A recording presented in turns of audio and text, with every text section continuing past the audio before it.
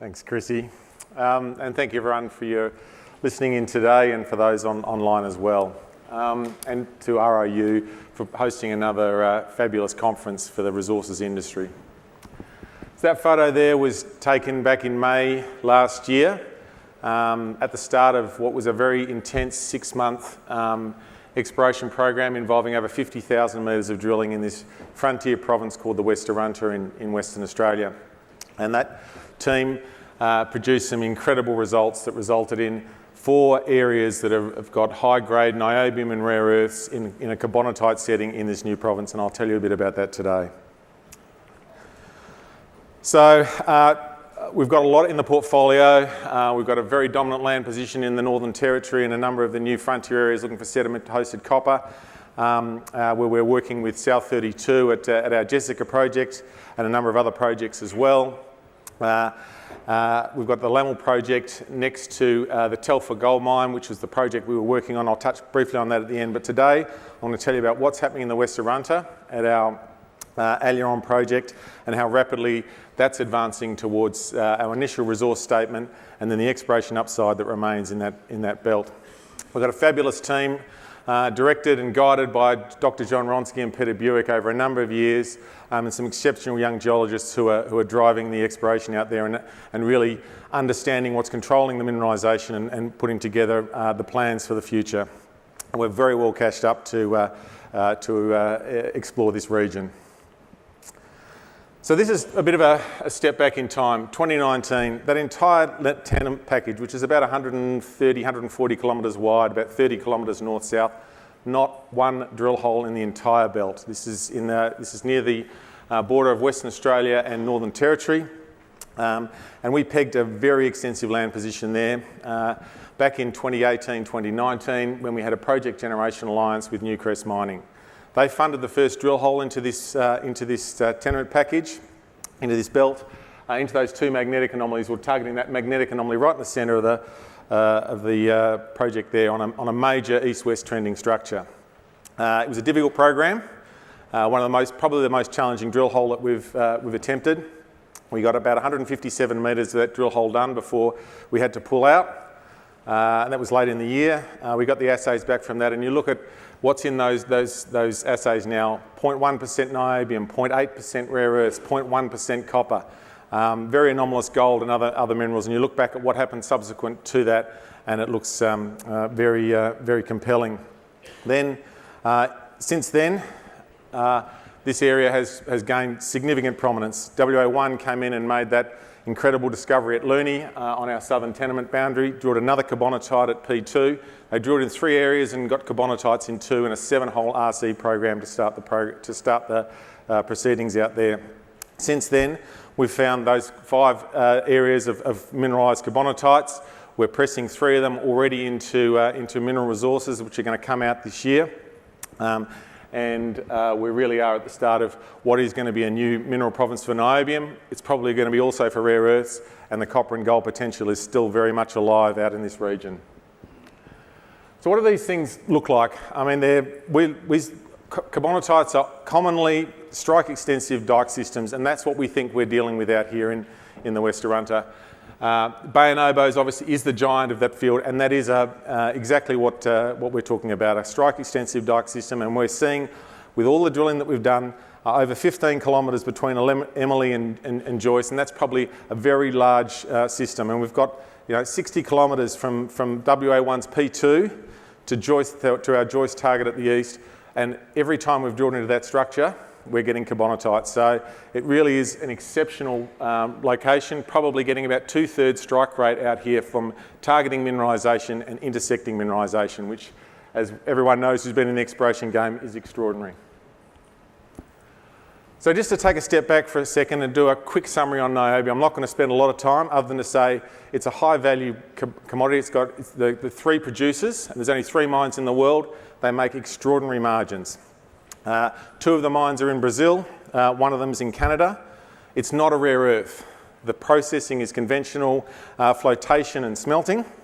And it's got a number of applications that make it one of the most critical minerals on the US, European, Japanese critical minerals lists. So it's a great market to be in, and the West Arunta has a very big role to play going forward in this market.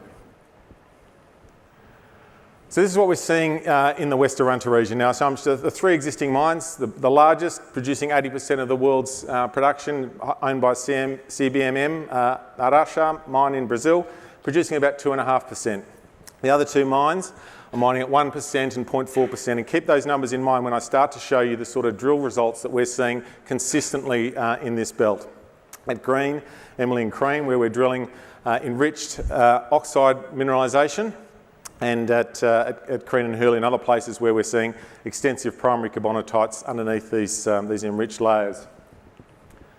So this is a close-up magnetic image. That's showing you the 1 to 2 and the plus 2% niobium hits that we've got in the last 6 months in this province as we've extended. And those step outs, the scale gets lost a little bit here. Take Green, for instance. I mean, they're mostly 400 metre step outs, then out to 800 metre step outs, hitting 1 to 2% niobium mineralisation on every drill line. Completely separate to that, 10 kilometres north on a different structure, seeing the same sort of process happening, and where we're seeing consistent high-grade mineralisation as we explore along these regions. And then late last year, at the Joyce target, we said, well, look, if this is true and these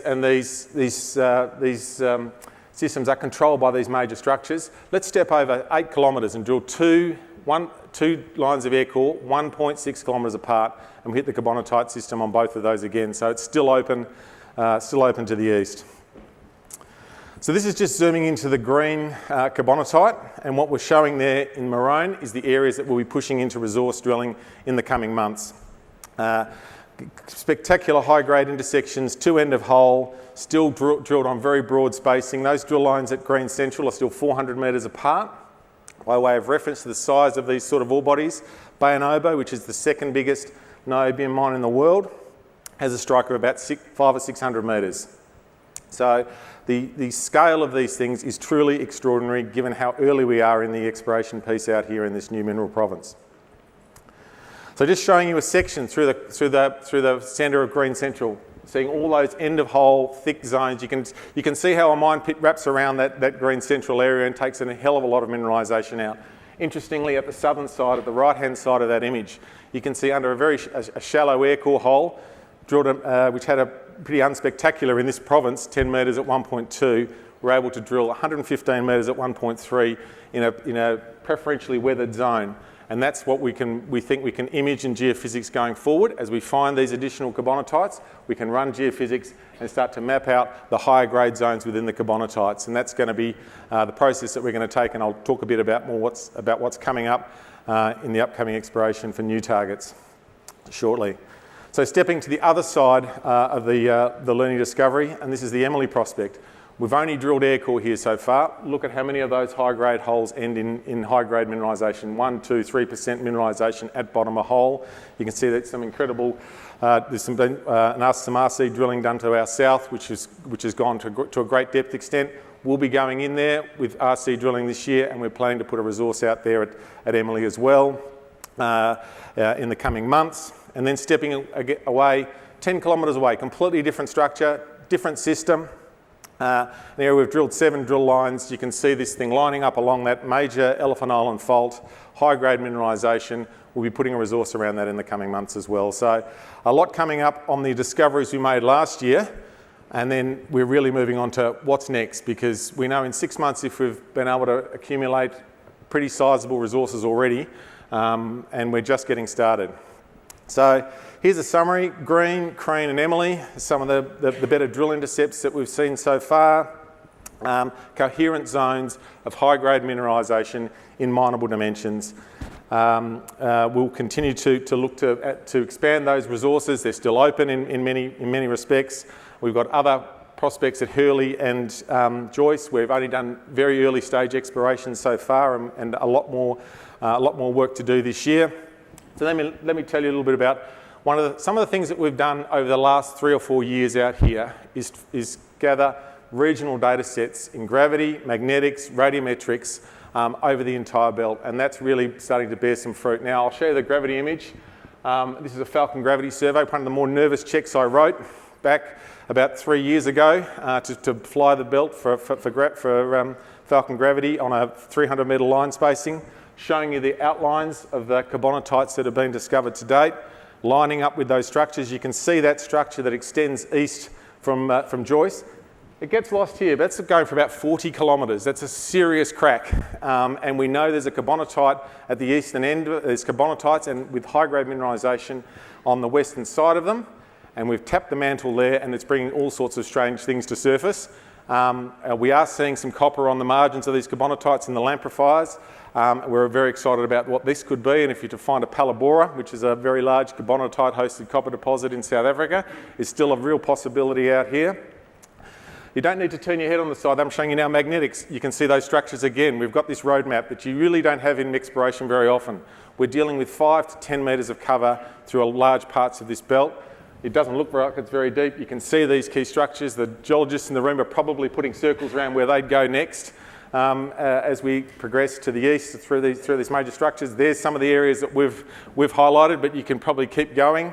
And interestingly, we stepped out 40 kilometres away, and with the help of the WA government EIS co-funded drilling scheme, drilled a hole into that eastern target, and we got a narrow 2 centimetre vein of chalcopyrite in that drilling in the first drill hole out there. And the GSWA's then collected cuprite in a 5K by 5K sample at another target out there. This region is just getting started. It's demonstrated you can produce some spectacular niobium discoveries. Some of the best rare earth hits in Australia over the last 2 years have been in this region as well, but it hasn't been the focus. It's got a very big program ahead. We'll be looking to do a similar size program that we did last year, 50,000 metres in the coming 7 or 8 months, and we're geared up to do that. So let me just touch on, to finish, the copper projects. They've had to take a bit of a back seat given what's happening in the West Arunta. We're still advancing copper projects both in Northern Territory and in Western Australia together with South 32 and IGO in partnership. We've successfully done this over a long period of time. Over the last decade, we've had over $35 million come in through exploration partnerships with BHP, Newcrest, Antofagasta, South 32, IGO, to name a few. We do like to share risk and partner into these new regions, and we'll continue to do that going forward in the Northern Territory. And then back into Western Australia, just to finish up on. This was the project we were very focused on until the West Arunta discoveries came along. This is 25 kilometres west of Telfer. We've got a plus 5 kilometre copper gold system. Near surface, we've drilled some spectacular high-grade copper within some of the early drilling. We've got extensive gold, which is showing over that belt. It's looking for a Telfer analogies. Now we know now with everything that's happening in the Paterson province, this is somewhere we should be doing some more drilling later in this year. We're also looking at potentially taking on partners here to advance this project. So just to sum up, the big catalysts for our for Encounter over the next few months, putting resources out on the discoveries made last year. We're moving into metallurgy and marketing. We see those as the key challenges. We think we're going to get to a position where we've got enough tonnes and grade out there, and we're moving to the next phase. The exploration upside, we think, we've got a commanding position in this belt, and there's a lot more to be found out here, both in niobium and rare earths, but also in copper and gold and other minerals. There's the valuation on this new province in the best mining jurisdiction in the world, shallow targets. We've got tools to be able to do it with air core, shallow geophysics, and we've got the team that's going to be able to pull it apart as well. So thank you very much for your time. If you can't come to the booth, Kate and Sarah on the booth today, and I'll tell you a lot more about what we've got coming up. Thank you very much.